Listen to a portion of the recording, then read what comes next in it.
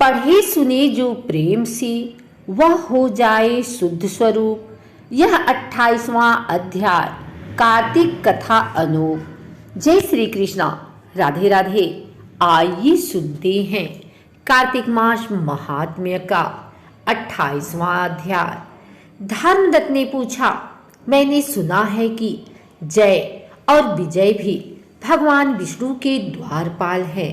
उन्होंने पूर्व जन्म में ऐसा कौन सा पुण्य किया था जिससे वे भगवान के समान रूप धारण करके बैकुंठ धाम के द्वारपाल हुए। दोनों पार्षदों ने कहा, ब्राह्मण पूर्व काल में त्रिड़बिंदु की कन्या देवहूति के गर्भ से महर्षि कर्दम की दृष्टि मात्र से 2 पुत्र उत्पन्न हुए। उनमें से बड़े का नाम जय और छोटे का नाम विजय हुआ। पीछे उसी देवहूति के गर्भ से योग धर्म के जानने वाले भगवान कपिल उत्पन्न हुए। जय और विजय सदा भगवान की भक्ति में तत्पर रहते थे। वे नित्य अष्टाक्षर मंत्र का जप और वैष्णव व्रतों का पालन करते थे।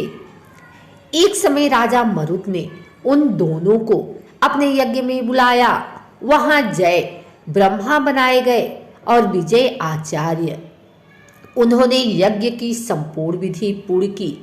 यज्ञ के अंत में अभृत स्थान के पश्चात राजा मरुत ने उन दोनों को बहुत धन दिया। धन लेकर दोनों भाई अपने आश्रम पर गए। वहां उस धन का विभाग करते समय दोनों में परस्पर लाग डांट पैदा हो गई। जय ने कहा, इस धन को बराबर बराबर बांट लिया जाए। विजय का कहना था, नहीं, जिसको जो मिला है वह उसी के पास रहे। तब जय ने क्रोध में आकर लोभी विजय को श्राप दिया, तुम ग्रहण करके देते नहीं हो, इसलिए ग्राह अर्थात मगरमच्छ हो जाओ। जय के श्राप को सुनकर विजय ने भी श्राप दिया, तुमने मद से भ्रांत होकर श्राप दिया है, इसलिए तुम मातंग अर्थात हाथी की योनि में जाओ। तत्पश्चात उन्होंने भगवान से श्राप निवृत्ति के लिए प्रार्थना की। श्री भगवान ने कहा, तुम मेरे भक्त हो, तुम्हारा वचन कभी असत्य नहीं होगा। तुम दोनों अपने ही दिए हुए इन श्रापों को भोगकर फिर से मेरे धाम को प्राप्त होगे। ऐसा कहकर भगवान विष्णु अंतर ध्यान हो गए। तदंतर वे दोनों गंड नदी के तट पर ग्राह और गज हो गए। उस योनि में भी उन्हें पूर्व जन्म का स्मरण बना रहा और वे भगवान विष्णु के व्रत में तत्पर रहे। किसी समय वह गजराज कार्तिक मास में स्नान के लिए गंड नदी गया तो उस समय ग्राह ने श्राप के हेतु को स्मरण करते हुए उस गज को पकड़ लिया। ग्राह से पकड़े जाने पर गजराज ने भगवान रमानाथ का स्मरण किया। तभी भगवान विष्णु शंख, चक्र और गदा धारण किए वहां प्रकट हो गए।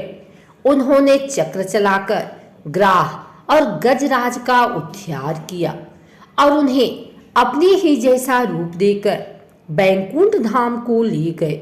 तब से वह स्थान हरि क्षेत्र के नाम से प्रसिद्ध है। वे ही दोनों विश्व विख्यात जय और विजय हैं, जो भगवान विष्णु के द्वारपाल हैं। धर्मदत्त, तुम भी ईर्ष्या और द्वेष का त्याग करके सदैव भगवान विष्णु के व्रत में स्थिर रहो। समदर्शी बनो। कार्तिक, माघ और वैशाख के महीनों में सदैव प्रातः काल स्नान करो। एकादशी व्रत के पालन में स्थिर रहो। तुलसी के बगीचे की रक्षा करते रहो। ऐसा करने से तुम भी शरीर का अंत होने पर भगवान विष्णु के परम पद को प्राप्त होगे। भगवान विष्णु को संतुष्ट करने वाले तुम्हारे इस व्रत से बढ़कर न यज्ञ है, न दान है और न तीर्थ ही है।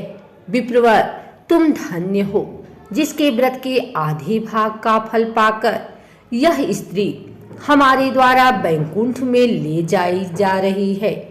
नारद जी बोले, हे राजन, धर्मदत्त को इस प्रकार उपदेश देकर वे दोनों विमानचारी पार्षद उस कलहा के साथ बैकुंठ धाम को चले गए।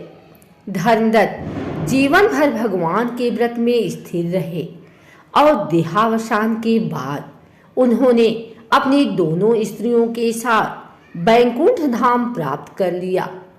इस प्राचीन इतिहास को जो सुनता है और सुनाता है वह जगत गुरु भगवान की कृपा से उनका सानिध्य प्राप्त कराने वाली उत्तम गति को प्राप्त करता है।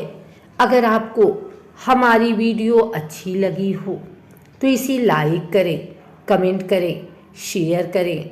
हमारे चैनल को सब्सक्राइब करके बेल नोटिफिकेशन ऑल पर सेट कर लें ताकि आगे आने वाली वीडियो सबसे पहले आप तक पहुंच सके। धन्यवाद।